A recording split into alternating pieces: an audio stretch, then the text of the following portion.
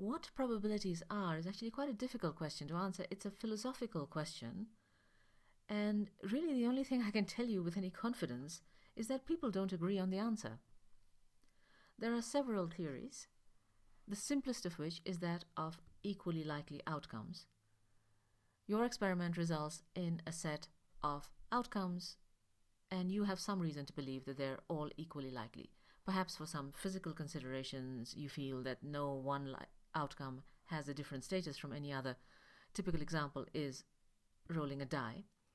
The die is a little cube that has 6 faces, and on the 6 faces you have spots. 1, 2, 3, 4, 5, 6 spots. And it's a very natural assumption that when you roll the die, you are as likely to get any face as any other face.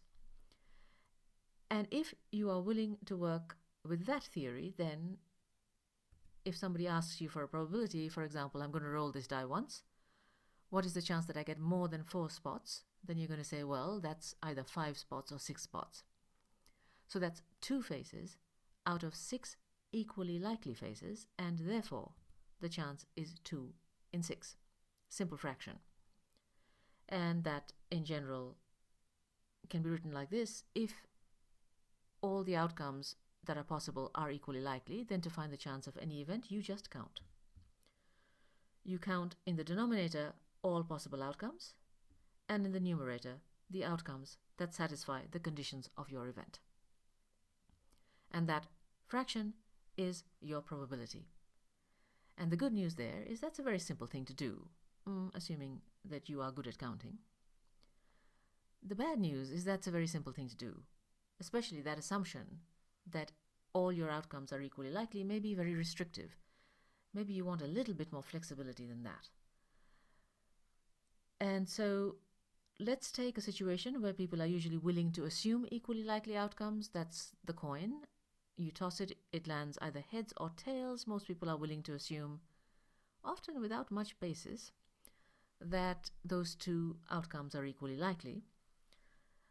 But it turns out also that if you take for the ordinary US quarter or many coins, and you toss the coin over and over and over again, then in the long run you get about half heads. And that is a reason the probability of heads is defined as a half. In general, you have some experiment and you are trying to find the probability of an event that is a result of the experiment. You repeat your experiment over and over again under identical conditions forever. The probability of your event is the long-run proportion of times that it happens.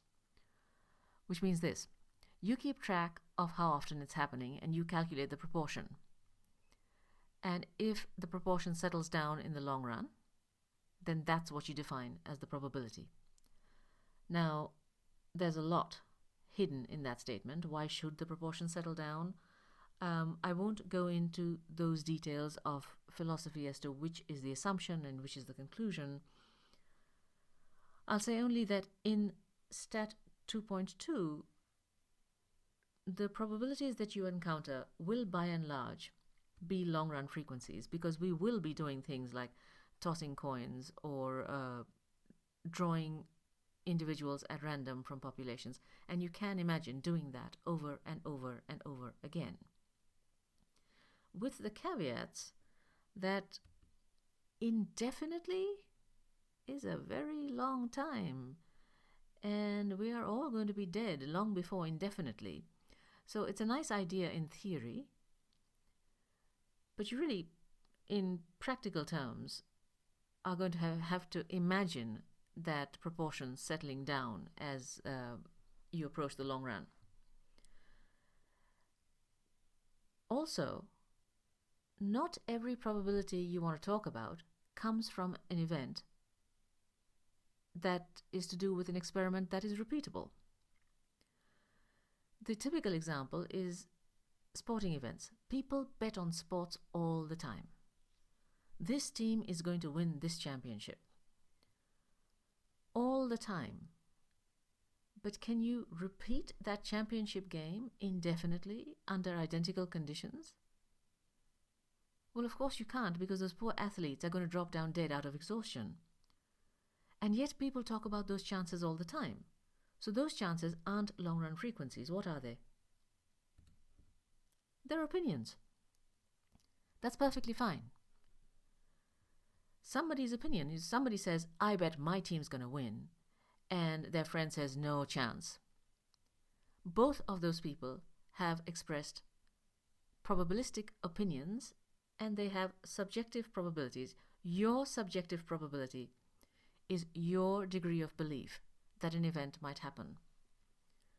So, for example, if you've got no clue about the event, you have no specific knowledge about it whatsoever, you might say, I've got no idea. I'm just going to say the probabilities are half. But if you are in some way an expert in a subject area, you might have a sharper idea of probability than that. This subjective approach to probability gives a lot of people the heebie-jeebies, because people want things to be nailed down and scientific, and you know what? It's perfectly scientific if you know what you have done. If you know, for example, that your subjective probability of an event may be different from mine, in which case your answer is different from mine, if you know that and are aware of that, then you can work with it. It's not easy, but it's clear. The one thing to be aware of is that if in a probability calculation you have any ingredient that is subjective, then your answer is going to be subjective. You can't take a subjective ingredient and then do a lot of fancy calculations and say my answer isn't subjective anymore. It still is. It's fine as long as you know and acknowledge that that's what's happened. For our purposes, as I said, our probabilities that we encounter are going to be mostly, almost invariably, long-run frequencies. And while there's a slew of ideas about what probabilities are and the advantages and disadvantages of the different theories, it is a great relief that there is a common ground that these theories share, which is that the basic rules for how to calculate are the same no matter what you think the probabilities are. And we are going to use that as our basis because we would like to get on to calculating probabilities. So as far as I am concerned, you are free to think of probabilities in any manner that suits you. Some people get terribly het up about whether you should think like a subjectivist or whether you should think like a frequentist. It's a big battle. But most people are relaxed, and I hope you will be too. No matter what you think probabilities are, you'll want to work with them. And that's the business of the next section.